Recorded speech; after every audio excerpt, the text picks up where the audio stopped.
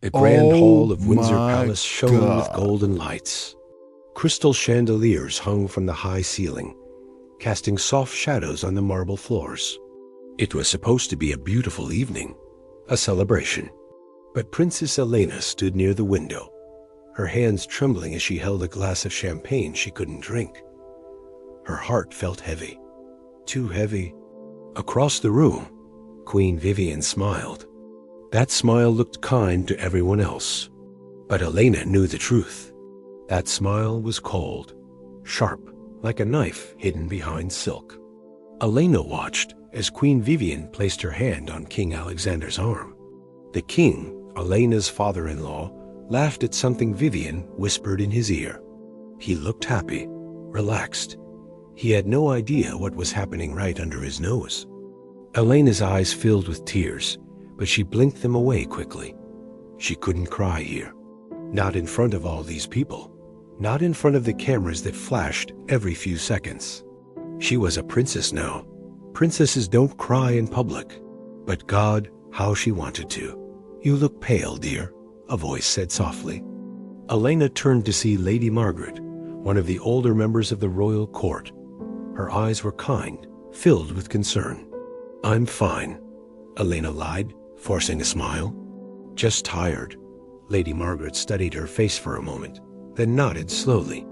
"These events can be exhausting, especially when you carry more than just a crown on your head." Elena's breath caught. Did Lady Margaret know? Did she see through the perfect mask Elena wore every day? Before she could respond, Lady Margaret patted her hand gently and walked away, disappearing into the crowd of nobles and guests. Elena took a deep breath and looked around the room again. Where was Prince David, her husband, the man she had loved with all her heart, the man she had given up everything for? She found him standing near the grand piano, talking with some ministers. He looked handsome in his navy uniform, medals shining on his chest. His dark hair was perfectly combed, his posture straight and confident. He looked every bit the prince he was born to be, but he wouldn't look at her. For 3 days now, David had barely spoken to her. He came to bed late and left early in the morning. When she tried to talk to him, he made excuses. Work, meetings, royal duties. But Elena knew the truth. She had seen the way he looked at Queen Vivian at dinner 2 nights ago. The way his jaw tightened when Vivian laughed. The way his eyes followed her when she left the room. Queen Vivian was not David's mother. She was his stepmother. King Alexander had married her 5 years ago, after David's real mother had died. At first, everyone welcomed Vivian. She was beautiful, intelligent, and charming.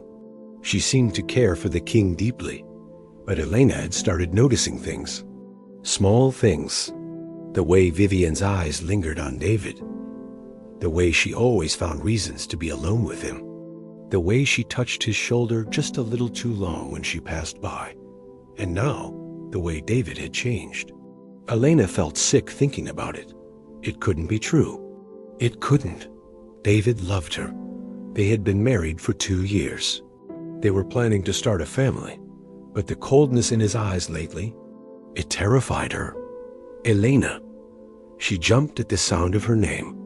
King Alexander stood beside her now, his face serious. "Your Majesty," she said, bowing her head slightly. "Walk with me," he said quietly. Her heart pounded as she followed him through a side door, away from the noise and lights of the celebration. They walked down a long corridor lined with paintings of past kings and queens. Their footsteps echoed in the silence. Finally, King Alexander stopped and turned to face her. "I'm worried about you," he said, his voice gentle. "You haven't been yourself lately." Elena wanted to scream. She wanted to tell him everything. But how could she? How could she tell the king that she suspected his own wife of what? She didn't even want to think the words. "I'm just adjusting," she said softly. "Royal life is still new to me." King Alexander's eyes searched her face. He was a good man, a kind man. But he was also blind when it came to Vivian. "If something is wrong, you must tell me," he said firmly. Your family now. We protect family. Elena felt tears burning behind her eyes again. I know, Your Majesty. Thank you. He nodded and patted her shoulder. Then he walked away, leaving her alone in the corridor. Elena leaned against the cold wall and closed her eyes. She felt so alone. So completely, utterly alone. Poor little princess. Alana's eyes flew open. Queen Vivian stood at the end of the corridor, her red dress flowing like blood around her feet. She walked forward slowly, her heels clicking on the marble floor. What? Elena stammered. Vivian stopped a few feet away, that cold smile playing on her lips. You look like you're about to cry. Again. I don't know what you mean. Oh, I think you do. Vivian tilted her head, studying Elena like a cat studies a mouse. You've been watching me. I've noticed. Elena's heart raced. I should go back. David doesn't love you anymore, Vivian said softly. The words hit Elena like a physical blow. She couldn't breathe, couldn't move. Vivian stepped closer, her perfume overwhelming. He told me himself last night. He said marrying you was a mistake. You're lying, Elena whispered, but her voice shook. Vivian laughed quietly. Am I? Then why has he been avoiding you?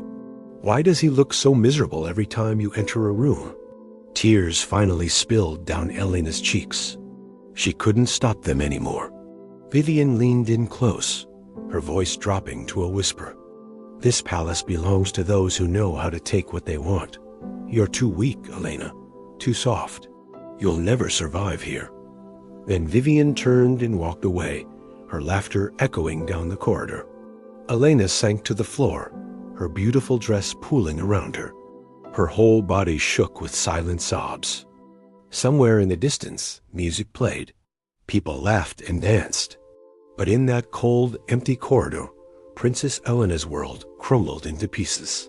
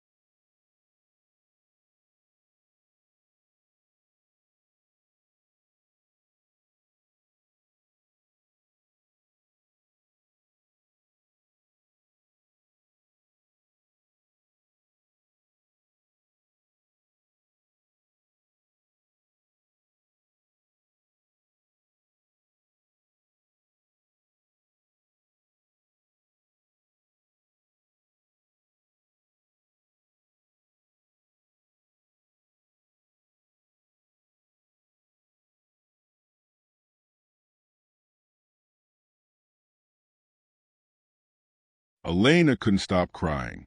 She sat on the cold floor of the corridor for what felt like hours. Her makeup was ruined. Her eyes were red and swollen. But she didn't care anymore. Finally, she stood up slowly. Her legs felt weak. She needed to go to her room. She needed to be alone. As she walked through the quiet hallways, she passed a window. Outside, she could see the palace gardens bathed in moonlight. She remembered the first time David had brought her there. He had held her hand and told her she was the only woman he would ever love. Had it all been a lie? Elena reached her bedroom and closed the door behind her. The room was large and beautiful, with silk curtains and expensive furniture, but it felt like a prison. She walked to her dressing table and looked at herself in the mirror. She barely recognized the woman staring back. Her face was pale. Her eyes looked empty. This wasn't the happy bride who had entered this palace 2 years ago. A soft knock on the door made her jump. "Who is it?" she called out, her voice hoarse from crying. "It's me, Your Highness. Sarah." Elena's shoulders relaxed a little. Sarah was her lady-in-waiting, the only person in this entire palace she could trust. "Come in," Elena said. Sarah entered quickly and closed the door. She was a small woman with kind brown eyes and gray hair tied in a neat bun. She had served the royal family for 30 years. When Sarah saw Elena's face, she gasped. "Oh, my dear child. What happened?" Elena couldn't hold it in anymore. She told Sarah everything. About Vivian's coldness, about David's distance, about the cruel words Vivian had spoken in the corridor. Sarah listened quietly, her face growing more and more worried. "I knew something was wrong," Sarah said when Elena finished. "I've been watching too." "Watching what?" Elena asked. Sarah hesitated. Then she walked to the door and checked if anyone was outside. She came back and spoke in a low voice. "Queen Vivian has been meeting Prince David alone, late at night, in the library." Elena felt like she had been slapped. "Are you sure?" "I've seen them 3 times this week," Sarah said, her eyes filled with sadness. "I didn't want to believe it either. But I think the Queen is trying to manipulate the prince." "But why?" Elena's voice broke. "Why would she do this?" "Power," Sarah said simply. "If she controls David, she controls the future king. You're in her way, Your Highness." Elena sank onto her bed, her mind spinning. This couldn't be happening. This was her life, her marriage, her love. "What should I do?" she whispered. "You must tell King Alexander," Sarah said firmly. "He needs to know what his wife is doing. He won't believe me. He loves her. Then you must make him see the truth." The next morning, Elena woke up with a headache. She had barely slept. Every time she closed her eyes, she saw Vivian's cold smile. She got dressed in a simple blue dress and went downstairs for breakfast. Her stomach was in knots, but she forced herself to eat something. King Alexander sat at the head of the long dining table, reading the newspaper. Queen Vivian sat beside him, looking perfect as always in a cream-colored dress. Her blonde hair was styled elegantly, and diamonds sparkled at her throat. Prince David sat across from them. He didn't look up when Elena entered. "Good morning," Elena said softly, taking her seat. "Good morning, dear," King Alexander said warmly. But Vivian and David remained silent. The breakfast was torture. Elena could feel Vivian's eyes on her, but she refused to look at her. She tried to catch David's eye, but he kept his gaze on his plate. Finally, King Alexander folded his newspaper and stood up. "I have meetings all morning," he announced. "David, you'll join me at 10 o'clock. "Yes, father," David said quietly. The king kissed Vivian's cheek and left the room. The moment he was gone, the atmosphere changed. Vivian stood up gracefully. "I have things to attend to as well." She glanced at Elena with that cold smile. "Such a lovely morning, isn't it?" Elena didn't respond. Vivian laughed softly and walked away. Now it was just Elena and David. Alone, Elena took a deep breath. "David, we need to talk." "I'm busy," he said, standing up. "Please." Elena's voice cracked. "Just 5 minutes. That's all I ask." David stopped. For a moment, Elena thought he would refuse. But then he sat back down, his face unreadable. "What is it?" he asked coldly. "What's happening to us?" Elena asked, tears already forming in her eyes. "Why won't you talk to me? Why do you look at me like you hate me?" David's jaw tightened. "I don't hate you." "Then what is it? Is it something I did? Something I said?" "It's nothing. It's not nothing." Elena's voice rose. "You've changed, David. Ever since Vivian." "Don't." David's voice was sharp. "Don't bring her into this." "Why not? What is she to you?" David stood up abruptly, his chair scraping against the floor. "You don't know what you're talking about." "Then tell me. Help me understand." "There's nothing to understand," David said, his voice rising. "Maybe we made a mistake. Elena, maybe we rushed into this marriage." Elena felt her heart shatter. "You don't mean that." "Don't I?" David's eyes were cold. So cold, I'm not the man you thought I was. And maybe you're not the woman I thought you were either. David, I need air, he said, and walked toward the door. But before he could leave, the door burst open. King Alexander stood there, his face dark with fury. His hands were shaking. In his hand was a piece of paper. David, the king said, his voice dangerously low. My study. Now. David's face went pale. Father, Now, the king roared. Elena had never heard King Alexander shout before, never seen him so angry. David walked out quickly, and the king followed. But before he left, King Alexander turned to look at Elena. His eyes were filled with something she couldn't quite read. Anger? Disappointment? Regret? Then he was gone. Elena stood alone in the dining room, shaking. What had just happened? What was on that paper? Sarah appeared at the doorway, her face white. Your Highness, she whispered. Someone sent the king a letter, an anonymous letter. About what? Sarah's eyes filled with tears. About Queen Vivian and Prince David. Someone told him everything. Elena's legs gave out, and she grabbed the table for support. The truth was out, and nothing would ever be the same again. Elena stood frozen in the dining room. Her mind raced with 1,000 thoughts. Who had sent the letter? What exactly did it say? And what would happen now? She heard shouting from upstairs. King Alexander's voice boomed through the palace walls. She had never heard him so angry. Sarah touched her arm gently. Come, Your Highness. You should rest. No, Elena said firmly. I need to know what's happening. She walked toward the staircase, her heart pounding. Sarah followed close behind. As they climbed the stairs, the shouting grew louder. How could you? That was King Alexander's voice. Then she heard David's voice, defensive and loud. Father, please listen. Listen? I've been listening to lies for months. Elena stopped outside the king's study. The heavy wooden door was closed, but she could hear everything. It's not what you think, David was saying. That letter is full of lies. Then explain these. King Alexander shouted. Explain why you've been meeting her in secret. Explain why servants have seen you together late at night. There was silence. Elena held her breath. Father, she needed someone to talk to, David said weakly. Talk to? The king's laugh was bitter and angry. She's my wife. If she needs to talk, she talks to me, not my son, not in secret, not behind closed doors. You don't understand, David said. Then make me understand. More silence. Elena pressed her hand against the wall to steady herself. Then she heard footsteps, fast footsteps. The door flew open and David stumbled out. His face was red, his eyes wild. He saw Elena standing there, and for a moment something flickered in his eyes. Shame? Guilt? But then his face hardened. He pushed past her and ran down the hallway.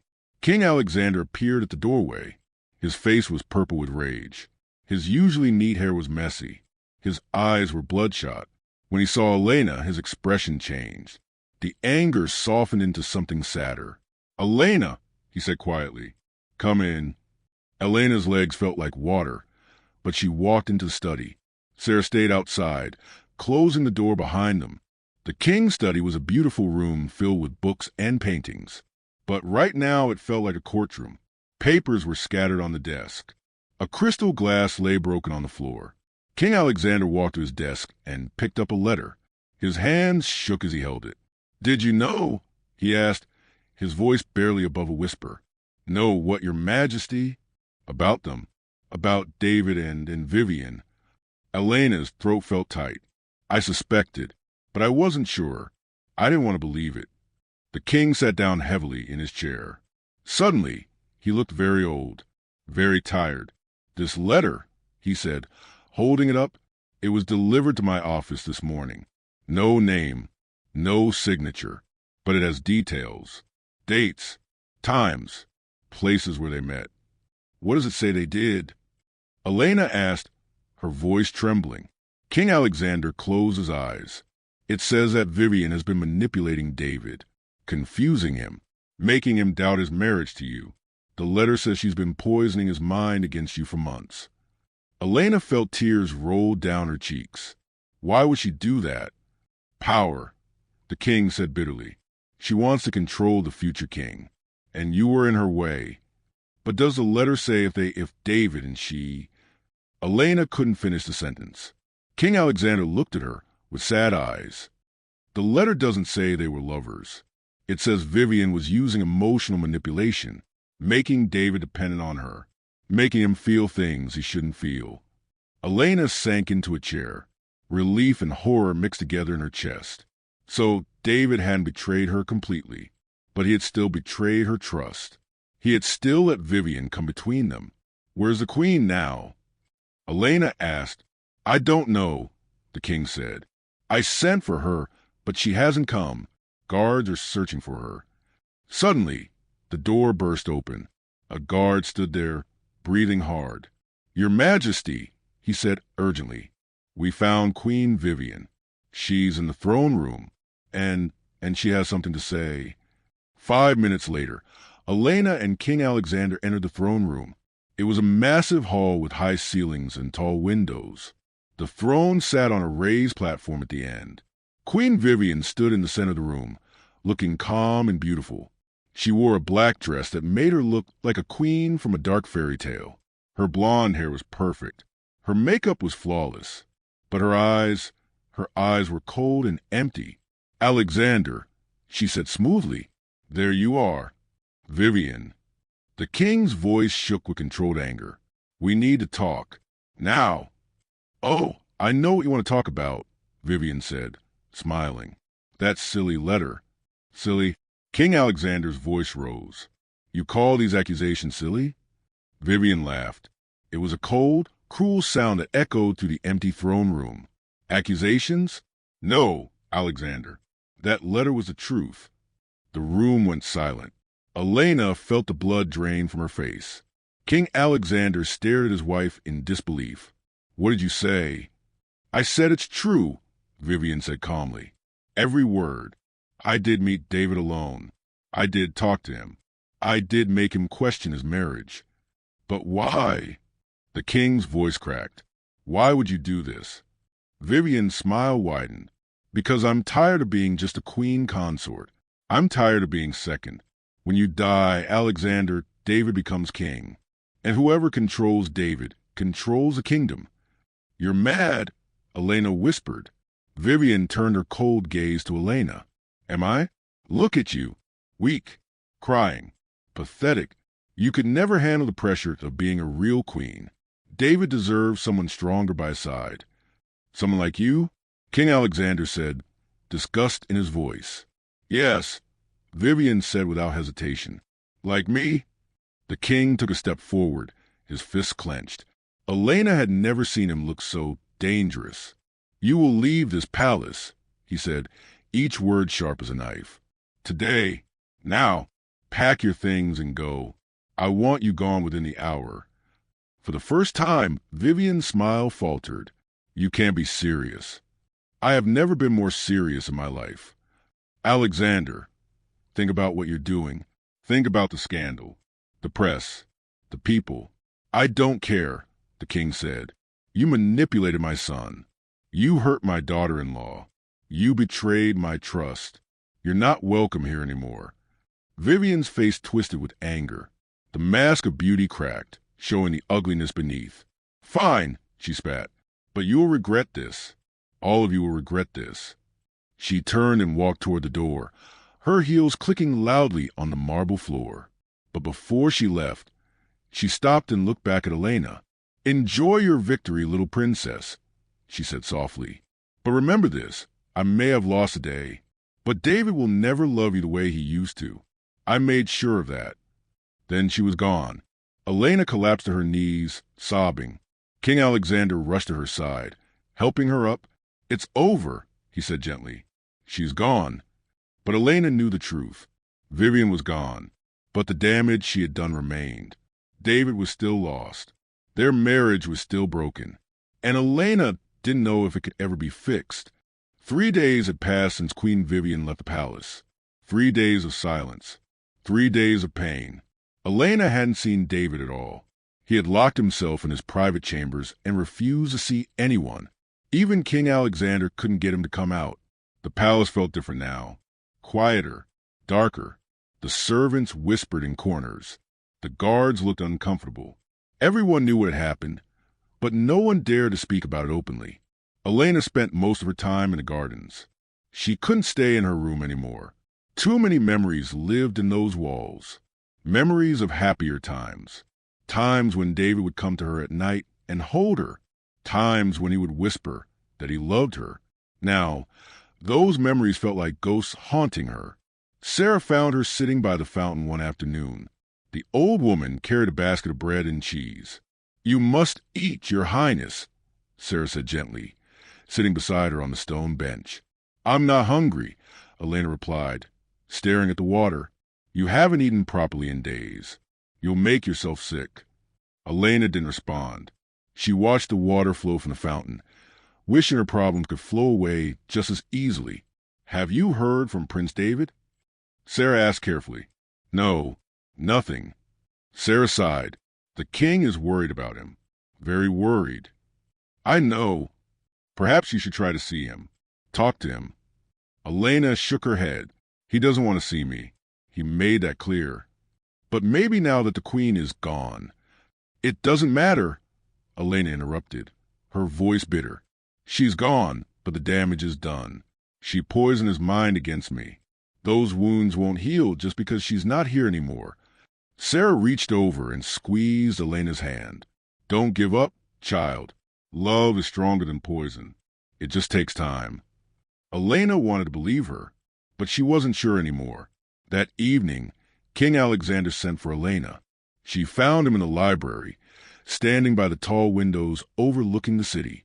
The sun was setting, painting the sky in shades of orange and purple.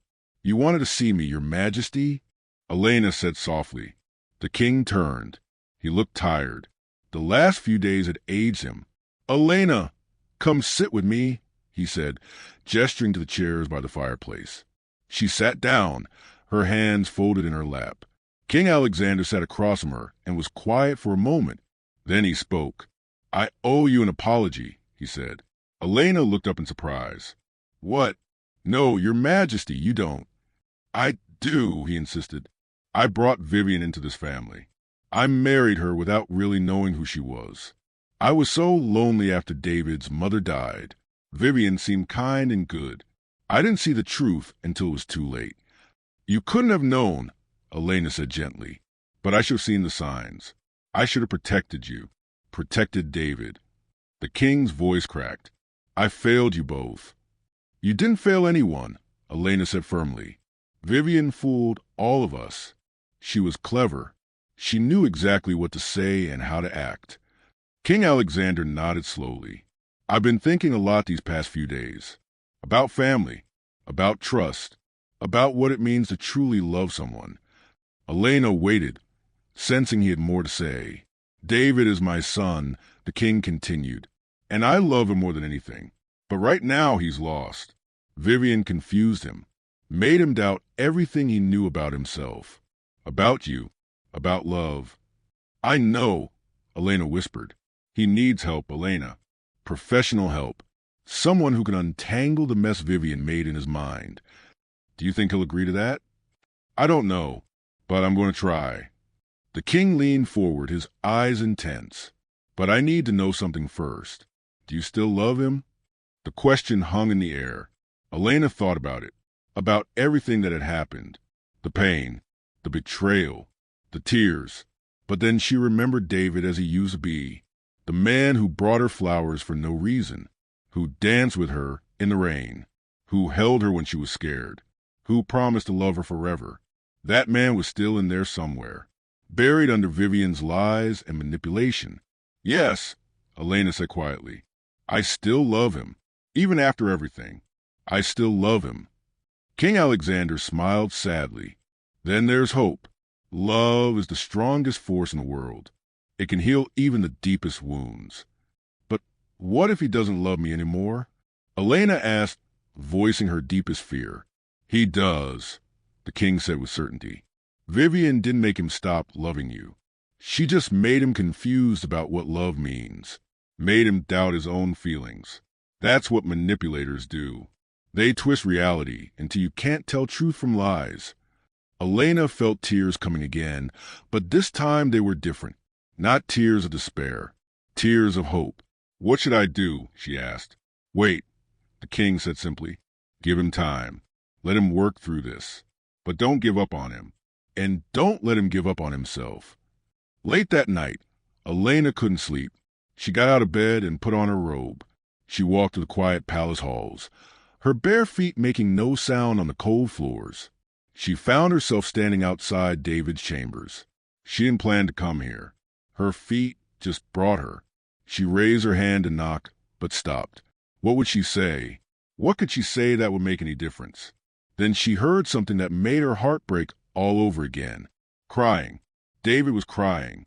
She pressed her ear against the door and heard his muffled sobs. Strong, painful sobs that shook his whole body. I'm sorry, she heard him whisper. I'm so sorry, Elena. I'm so sorry. Elena covered her mouth to keep from crying out. He was in there, suffering, alone, in pain. She wanted to burst through the door and hold him, tell him everything would be okay, that she forgave him, that they could fix this together. But she remembered King Alexander's words. Wait, give him time. So, instead, she did something else. She sat down on the floor, her back against the door, and she whispered, so softly that David couldn't possibly hear. I'm here, David. I'm right here, and I'm not going anywhere. I'll wait for you, as long as it takes. She stayed there all night, sitting on the cold floor outside his door. Inside, David cried for the man he used to be. Outside, Elena waited for the man he would become again. And somewhere in the darkness, a small light of hope began to glow. 2 weeks had passed. 2 long, difficult weeks. Elena had not given up. Every morning, she left a note under David's door. Simple notes. Nothing demanding. Just small messages of hope. Good morning. I hope you slept well. The roses in the garden are blooming. You always loved roses. I'm thinking of you today. She never expected replies. And she never got any, but she kept writing. King Alexander had brought in a doctor who specialized in helping people who had been manipulated. The doctor visited David every day. No one knew what they talked about, but slowly, very slowly, things began to change. One morning, Elena was having breakfast alone when Sarah rushed in, her face flushed with excitement. Your Highness, she said breathlessly. Prince David, he's left his chambers. Elena's heart jumped. What? Where is he? In the library. He asked for you. Elena stood so quickly her chair fell backward. She didn't stop to fix it. She ran. She ran through the hallways, her heart pounding, hope and fear mixed together in her chest. What would she say? What would he say? She reached the library and stopped at the door. Her hand shook as she reached for the handle. Taking a deep breath, she opened the door and stepped inside. David stood by the window, his back to her. He wore simple clothes, a white shirt and dark pants. His hair was longer than before, slightly messy. He looked thinner. David, Elena said softly. He turned around slowly. Elena gasped. His eyes were different, still sad but clearer now, like fog lifting after a storm. Elena, he said, his voice rough from not speaking much. Thank you for coming. Of course, she said, staying near the door. She didn't want to push him, didn't want to rush. They stood in silence for a moment. The tension was thick, but different from before. Not angry, just uncertain. I read your notes, David said finally. All of them. Elena's eyes widened. You did. Every single one. He looked down at his hands. I kept them. Under my pillow. Tears filled Elena's eyes, but she blinked them back. I've been talking to Dr. Morrison, David continued, about what happened, about Vivian, about how she got into my head. David, please, he interrupted gently. Let me finish. I need to say this. Elena nodded, waiting. David took a deep breath. Vivian was very clever. She started slow, just small comments here and there. Elena doesn't really understand you. You can talk to me about things you can't tell her. Little things that seem harmless. Elena felt a chill run down her spine. Then it grew bigger, David said, his voice shaking. She made me doubt everything. My feelings, my marriage, myself. She made me think I was going crazy. That my love for you was just obligation, duty, not real. But it was real, Elena whispered. It is real. David looked up at her, his eyes wet with tears. I know that now. Dr. Morrison helped me see how manipulation works, how it twists your thoughts until you don't know what's true anymore. He walked closer to her, but stopped a few feet away, still giving her space. I hate what I did to you, he said, his voice breaking. I hate that I made you cry, that I made you doubt yourself, that I chose to believe her lies over your love. You were confused, Elena said. She hurt you too. That doesn't make it okay, David said firmly. I'm responsible for my actions. Even if I was manipulated, I still chose to push you away. I still chose to hurt you. Elena couldn't hold back anymore. Tears streamed down her face. But why? She asked, her voice cracking. Why did you believe her? Why wasn't our love strong enough? David's face crumpled. Because I was weak. Because she knew exactly which buttons to push. She used my insecurities. My fear of not being good enough for you. My worry that you would leave me someday. He stepped closer now, his hands reaching out but not quite touching her. Elena, I'm so sorry, he said, his voice barely above a whisper. I'm so sorry for everything. For every tear. For every sleepless night. For making you feel unwanted and unloved. Elena looked into his eyes. She saw genuine remorse there. Real pain. Real regret. I forgive you, she said softly. David's eyes widened. You do? Yes. Elena took his hands in hers. They were cold and shaking. I forgive you, David, because I love you, and love means choose and forgive even when it's hard. David broke down completely. He fell to his knees, holding Elena's hands against his face, sobbing. I don't deserve you, he cried. I don't deserve your forgiveness. Elena knelt down beside him and wrapped her arms around him. Maybe not, but you have it anyway. They held each other on the library floor, crying together. All the pain and hurt and anger flowed out in those tears. And with each tear, a little bit of healing began. 3 months later, Elena stood in the same palace gardens where she had spent so many sad afternoons. But today was different. Today, David stood beside her, holding her hand. They had been working hard on rebuilding their marriage. It wasn't easy. Some days were better than others. They went to counseling together. They talked about everything. The pain, the betrayal, the path forward. Trust was slowly growing back. Like a delicate flower after winter. Are you happy? David asked, looking down at her. Elena thought about the question. Was she happy? Not completely. Not yet. The wounds were still healing. But she was hopeful, and that was enough. I'm getting there, she said honestly. We're getting there. David squeezed her hand. I'll spend the rest of my life making this up to you. I promise. I don't need grand gestures, Elena said, smiling softly. I just need you, the real you, not the confused, manipulated version. Just David. My David. Always, he whispered. King Alexander watched them from a study window. He smiled, seeing them together again. The road ahead would be long, but they were walking together now. Vivian was gone. Last they heard, she had left the country entirely. Good riddance. That evening, Elena and David had dinner alone in the small dining room, not the grand hall. Just a simple, quiet meal. I got you something, David said nervously, pulling out a small box. Elena opened it. Inside was a simple silver bracelet with an engraving, Every day I choose you. It's perfect, Elena said, her eyes filling with happy tears. David put it on her wrist carefully. Because that's what love is. Not just a feeling. It's a choice. Every single day, I choose you, Elena. and I always will." Elena leaned forward and kissed him, soft and gentle, full of promise. They had been broken, shattered by lies and manipulation, but they were healing now, together. And sometimes the strongest love is the one that survives the darkest storms. As they held each other in the soft candlelight, Elena knew one thing for certain. Their story wasn't over. It was just beginning again. The end.